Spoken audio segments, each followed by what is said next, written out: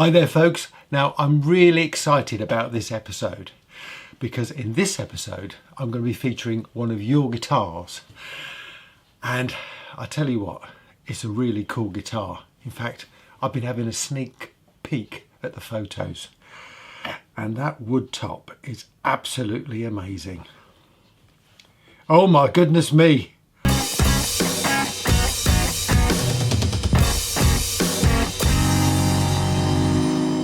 Let's get going.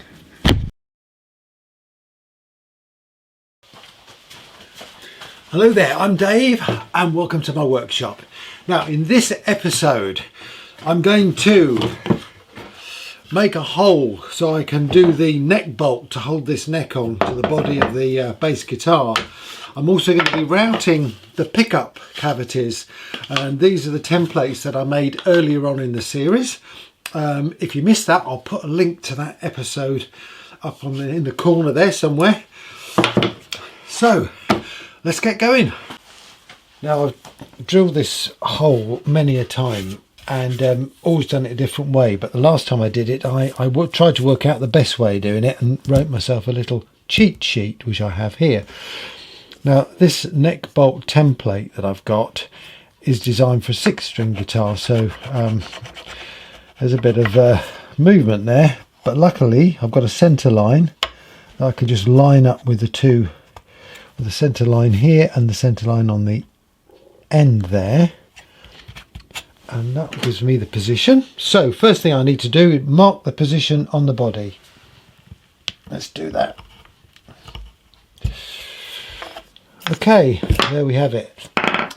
Drill a 2mm pilot hole. Okay, so one 2mm pilot hole coming up. Get that in the right place.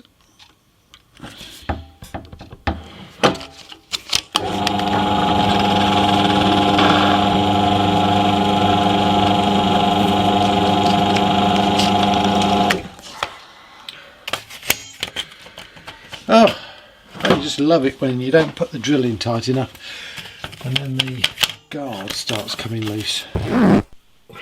2mm pilot hole, take 2.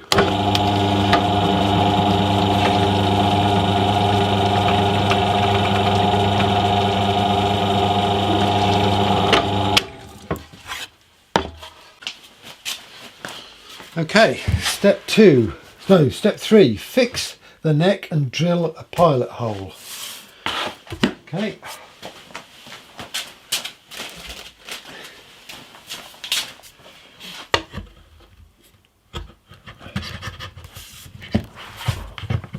Okay, you need to make sure that's really in tight and right up to the end.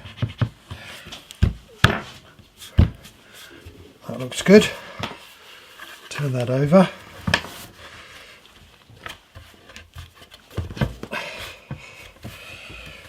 Drill a pilot hole.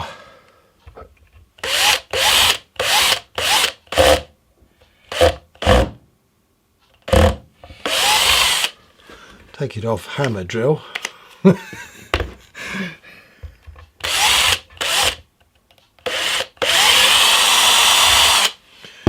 Okay.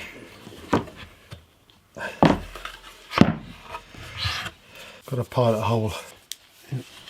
Okay, so step 4, use Forstner bit to drill the indent. Okay, so this is on the back side here, and I want to use quite a big Forstner bit because I'm going to indent the bolt. So let's get the bolt and a washer.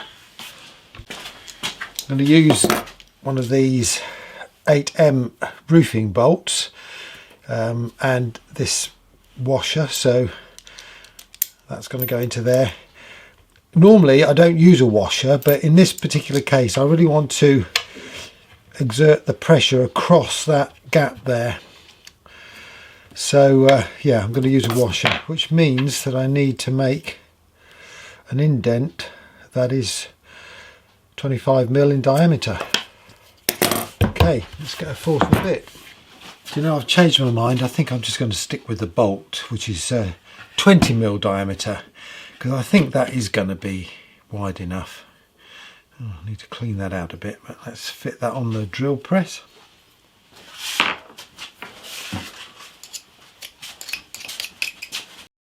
thing is, if I put a washer on as well, it means that I've got to take the hole deeper, and I don't really want to do that.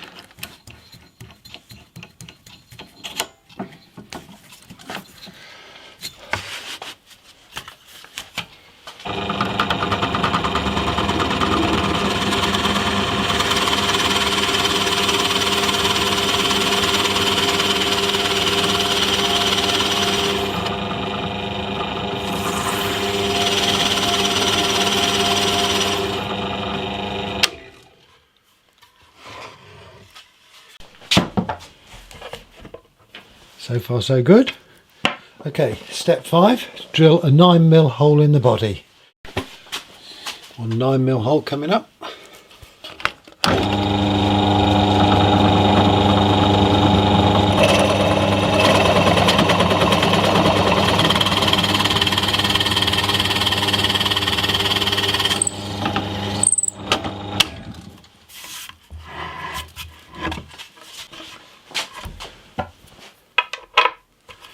Okay, that's done.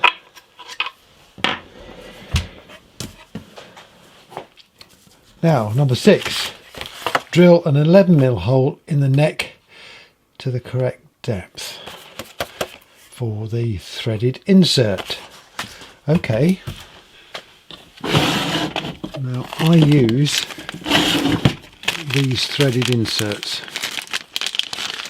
Now the depth of the threaded insert is 12mm, so I've got to go 12mm deep.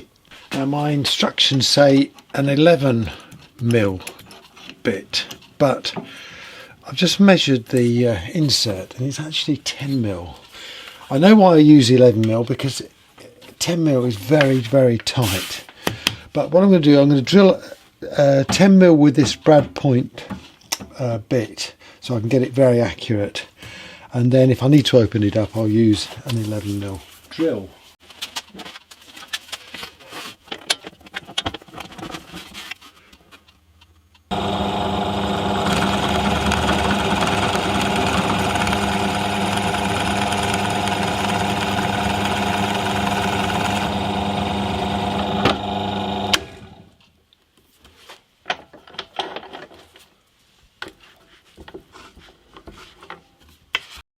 I think I've made the right decision to go with a 10mm bit, because that looks like that's going to fit okay.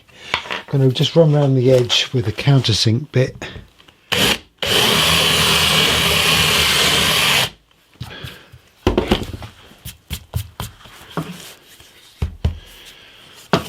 Okay, now I need an Allen key. I don't know why, but I'm all slightly nervous about doing this. Need to get it in square, and I know you guys will see it better than I can see it.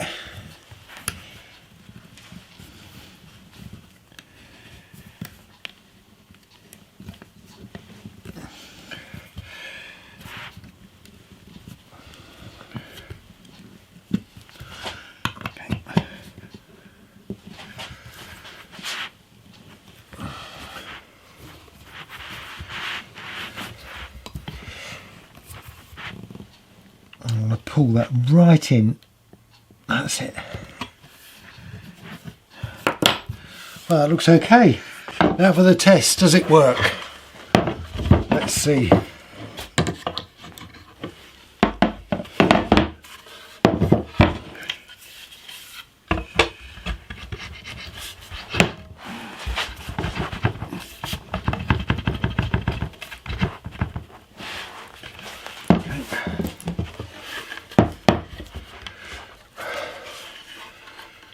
That's okay. We have a problem. We have a problem. My worst fear is when the holes don't line up, and it didn't line up just then. But don't panic, it's just because I haven't got the neck in firm enough. So let's give it another go. Push it right in, and hey presto, we're lined up. Woo! That was close. That was close.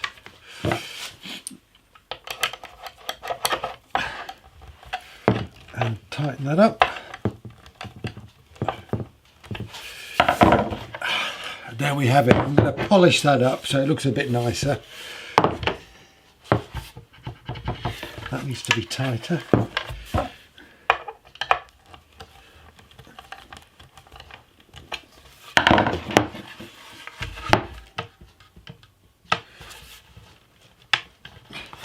That's nice. A nice fit. That's that job done. Do you know what? It's one of those moments to savour, because I've done this, I don't know, 10 times, but this is the best fit that I've ever got. So yeah, really pleased about that. Okay, I've got the wind howling outside, but I'm sitting comfortably on my rather knackered workshop chair. I've got some photographs and information loaded up on the laptop, and now it's time for the first My Guitar feature.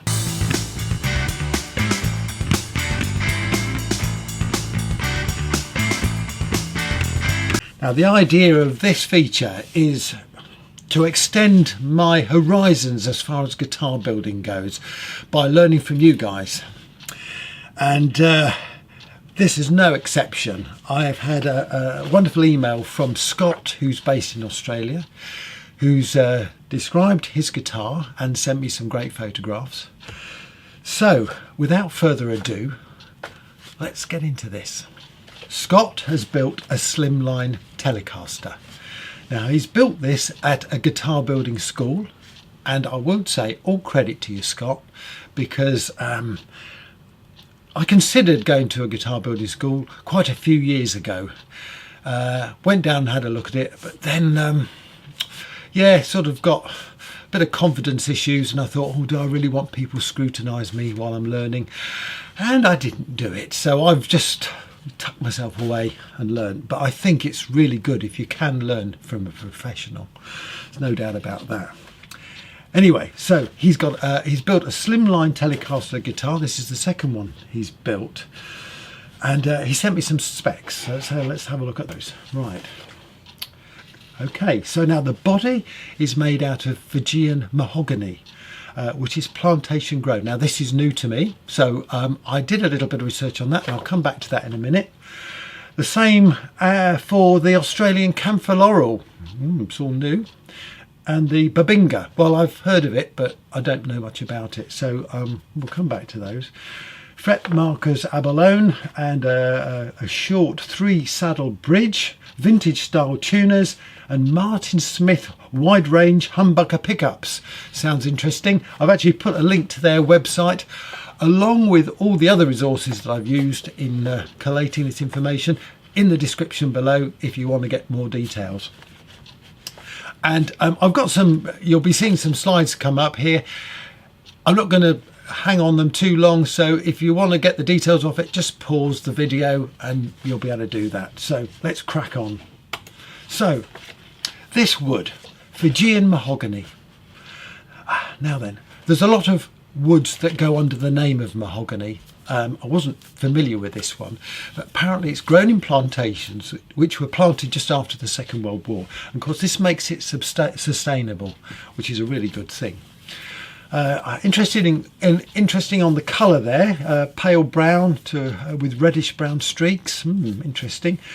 The other thing I'm interested in is toxicity, and I know this is a bit health and safety-ish, but I got caught out with olive dust a couple of years ago. I had all the PPE equipment on, but the dust got into my clothes and caused a terrible rash which lasted for months, and so I'm always a bit wary of it. So I go to the woods database online because it gives you so much information about all these different exotic woods. Interesting. Next wood is the Australian Camphor Laurel. Now I understand that this is considered as a bit of a weed or an invasive species in parts of Australia, but it's highly figured, so that should be interesting. And finally, the Babinga, which is also known as African Rosewood. Now, this is interesting because it's listed in Appendix 2 of CITES. And CITES is the international agreement on the trade of endangered species of timber. Now, Appendix 2 lists timber that's not endangered at the moment, but maybe in the future, so they're keeping an eye on it. It also lists those timber species that are similar to the ones which are endangered. So obviously Indian rosewood is endangered, so that's obviously why it's on the list there. But it looks like it's got that lovely deep red colour that you get with the rosewood. So let's have a look at Scott's guitar. Now, he tells me that he used basic hand tools to produce this and basic power tools, so things like routers, drills and a spindle sander. I can see some of the tools on there, some rasps and files there. Now that's quite light wood, that is. That's the Fijian mahogany. That looks nice though, nicely carved neck there. Oh, and that's a nice body. Look at the grain in that. That's the, again, the mahogany. That's really nice. You know, I love the idea of routing out the cavities. I've not actually done that. And well, this bass guitar is probably the first one where I have actually done a bit of routing before I put a top on. Normally I put the top on, then I route it. But I mean, it makes sense to route out some cavities first. Take a bit of weight out of the guitar apart from anything else. But that looks interesting. Yeah, it's certainly slimline, and I like the grain on that wood. That looks really nice. Oh yes, now this is the top, and this is the Australia Camphor Laurel, and that looks really lovely. I can see those colours in that. That's beautiful. Oh, really nice. Now Scott tells me it was quite expensive wood, and I can well imagine that. Oh, look at that. That's a lovely fretboard. Yeah, that's that. Actually, that seems to have it's sort of lighter than rosewood, and it's got a stronger grain in it, and goes wonderful with those abalone dots. Let's have a quick look closer. Yeah, I do like that. Nice work, Scott. Oh my goodness me. Okay, now I've got to read to you what Scott said. It said, "You will see in one photo a rather ragged hole in the expensive Camphor Laurel top. This was one mistake and it nearly derailed me. I did that whilst drilling some wiring channels. Devastating." He's put 3 exclamation marks. I think I'd need therapy after that, Scott, if I'm honest with you. "My tutor came to the rescue with the idea to make a wooden scratch plate from the leftover Camphor Laurel in the Carbonita style and recess it into the body." Now, I had to look up what a Carbonita style is. And it turns out that Fender, in I think 2009 something, came up with this new style Telecaster. And I think roughly translated that stands for Little Devil. It's Spanish. And the idea was that this guitar was going to have a different sound to the standard Telecaster. And I think it came with a couple of humbucker pickups. And I think obviously it's a bit more raunchy. That's the idea. So, but I didn't quite understand what the implication of that was with this hole. But anyway, let's have a look. Okay, so, wow. That is a nice guitar, even with the hole in it. And I love that F hole. Ooh, that's really good. Oh, excellent. Oh yeah, I see what you mean by the bridge there. 3, what's he say? It's a 3 saddle. Yeah, I see that. Yeah, I've not seen one of those before. Excellent. Ah, there we are. There's the Carbonita style finger plate, which covers up the hole nicely. What Scott says was a tint was added to the nitro, and hey presto, the mistake was gone. So yeah, nice work. Well done to your luthier. Helping you out with that. I mean, isn't it amazing what you can do? You know, you make a mistake and actually what you do, you get something better out of it. That's incredible. Well, I'll tell you what, Scott, that is one hell of a guitar. And Scott tells me he can't play a note. So, I mean, Scott, if you'd like to just close the lid down and send that across, that would be great. But for goodness sake, learn to play the guitar, boy, because that's one hell of a guitar to play. So thank you very much indeed for sending me that across. And look, this is going to be a regular feature. So if you've got a guitar you've built and it's a story behind it, you know, you made some mistakes, or there's something you're really proud of, just get in touch with me on my website. The link is down in the description below, and I'll get back to you, and we can arrange to feature your guitar on the channel. Well done. Well, thank you very much, Scott. That's brilliant. Okay, time to get back to the bass and routing those pickup cavities. So I've got the neck in, I've put the bridge roughly in the position it should be. I've got my template here which tells me where all these bits should be located. So there's the bridge there. Okay, so that's all right. Now then, this is the neck pickup, and these two are going to be by the bridge. So let's have a quick look. What I think I'll do is just put this back on there, because that will give me a centre line. And I think I'll probably put that one about there, and this one I think about there. Okay, pencil, let's put a mark on the body where the centre lines are.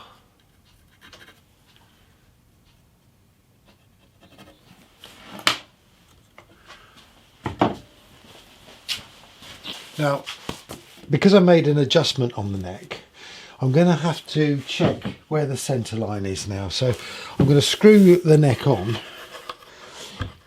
and then just get the alignment of it.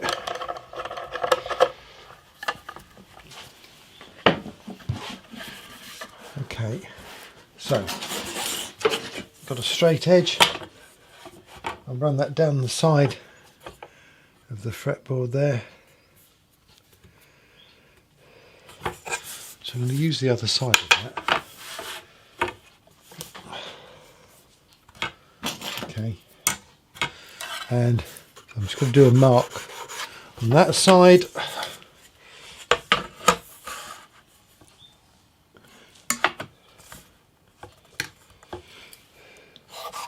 Mark there. Just check where the centre is. So I'll do it at this point here where I've drilled the hole. So now looks like my centre line has moved very slightly. Just put a mark in there. Okay, and I'll draw a new line. Having a single bolt on the neck really makes life a lot easier.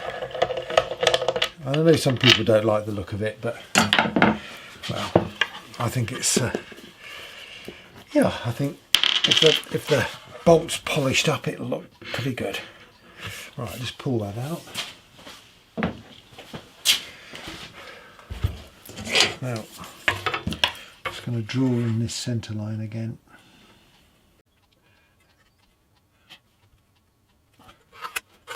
Okay. Now, I fixed my wonky projector by sanding it down.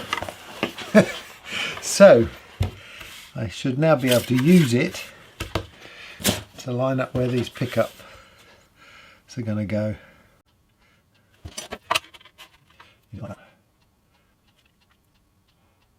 Okay, that's that one.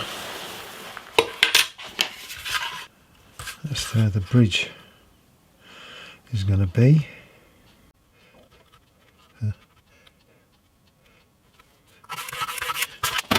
Okay, so that means just line that up with there, line that up with there. Let's just sketch around that. See how it looks. And the neck pickup.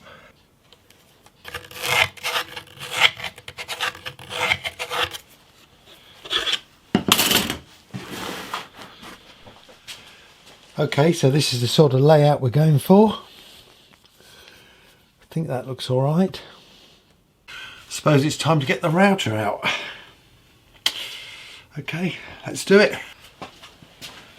I'm suffering a bit with condensation dripping through the roof, which is why I've got all my machine tools covered in plastic.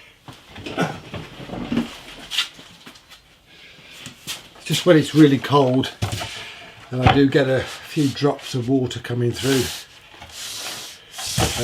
which is the best way to do this. I think I'll take this block off.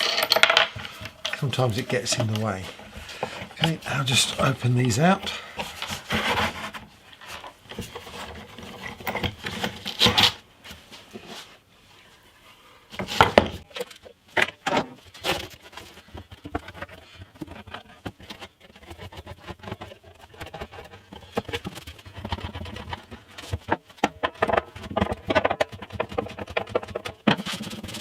Okay, that holds it nice and secure. Excellent. When I made this, I made it the width of the workbench, so it's easy just to put a clamp on each end.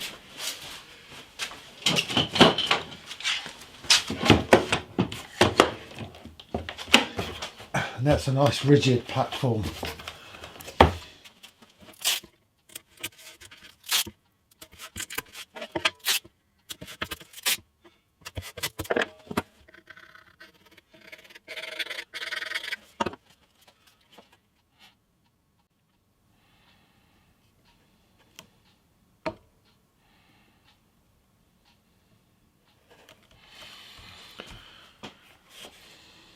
I've done it again, haven't I? I've put it all into this fixture, but I've forgotten what I should do is use a Forstner bit first to take out some of this material. So, quick, take this out and whip it over to the drill.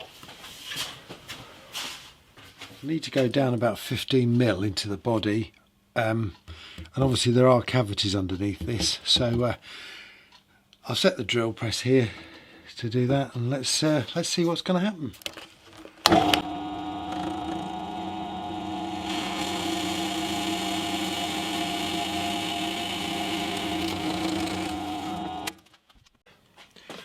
I couldn't get this section under the bit, so I'm just going to have to route all of that out, but that looks all right.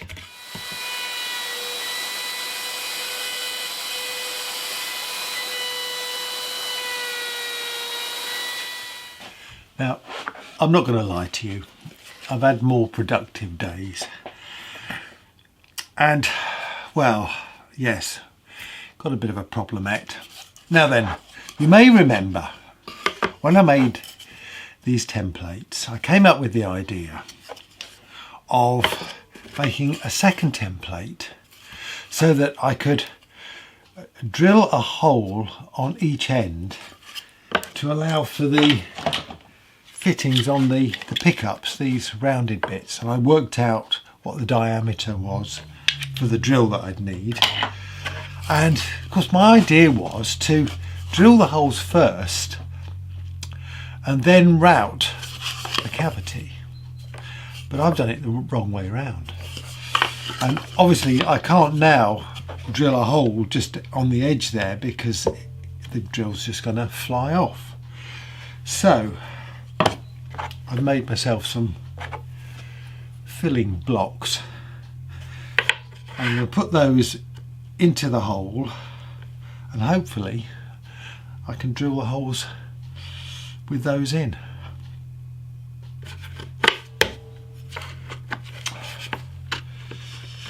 Get in there.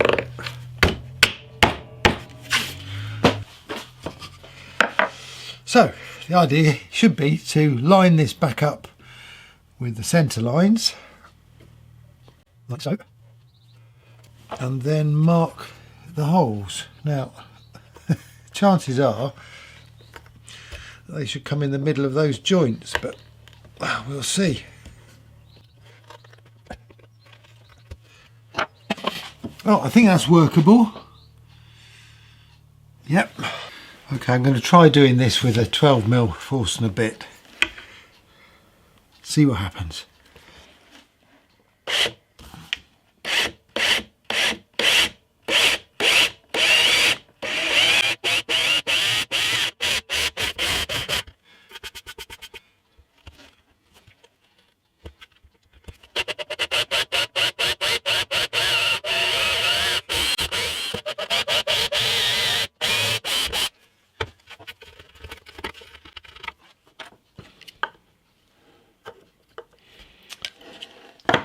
Well, these need to be made a little bit deeper, wider, and I need to obviously sort out the rounded edge here because these pickups have got square edges.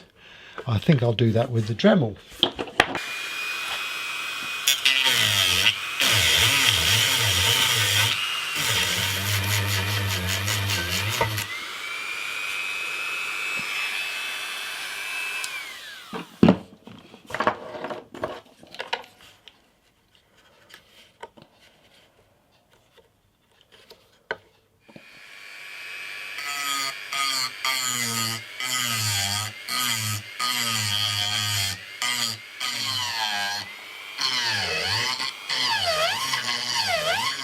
I think this is about finding the right tool for the job here.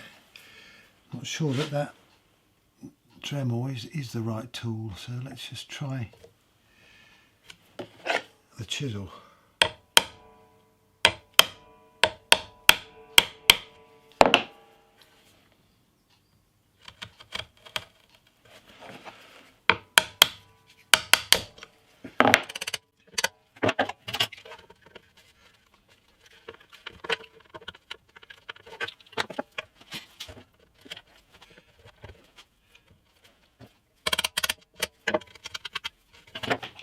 Look, I've been at this for a little while now. I've got one pickup in. It's a nice tight fit.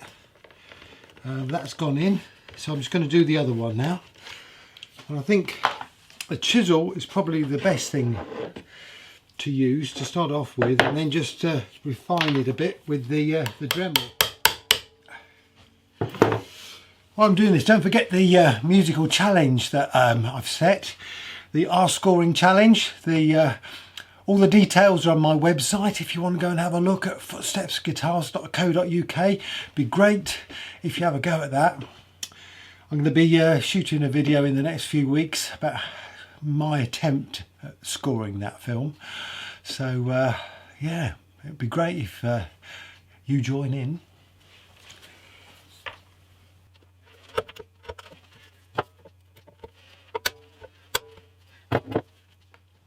Okay, well, it's taken me a little while, but I think I've got these to the right size now, so let's just try, see if these will fit in. So that's going in there okay. And this one, just a bit of a tight fit there. Just push that one down a bit. Yeah.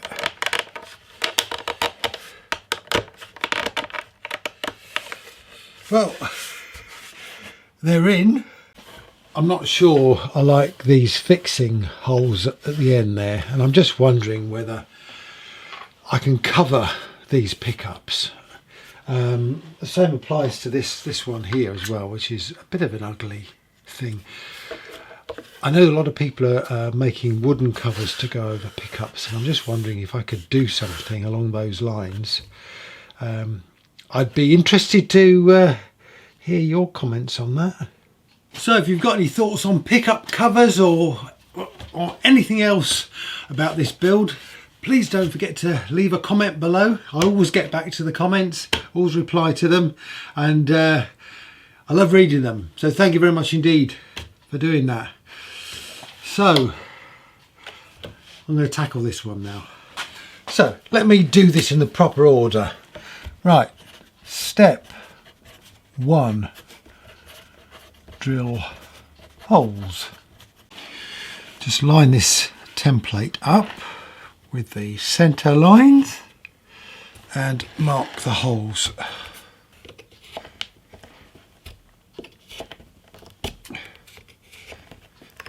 Step 2, drill them out with a Forstner bit to a depth of 20mm.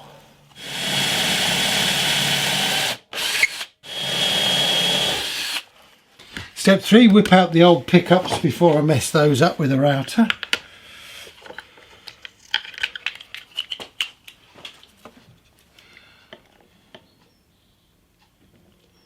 So this time I'm not going to get this under the drill, so I'm going to use the hand drill and just do a couple of holes.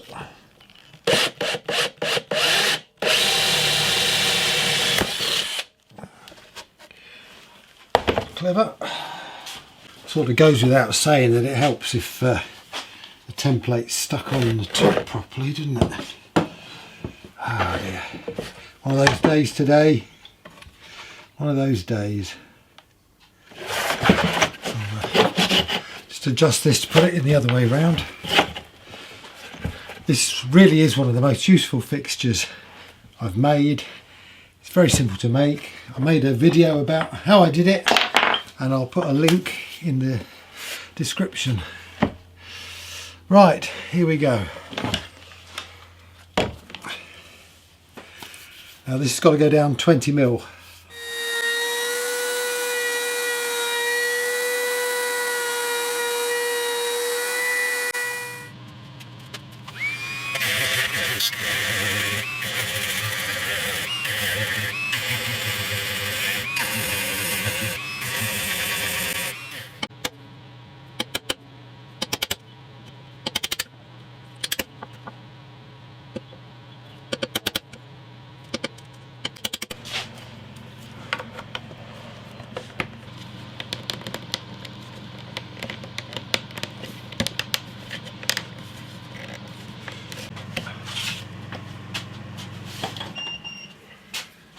Okay, well, I've got that one fitted, and again, as I said, I'm not particularly happy about these fixing screws, and I'm thinking I might cover them with something.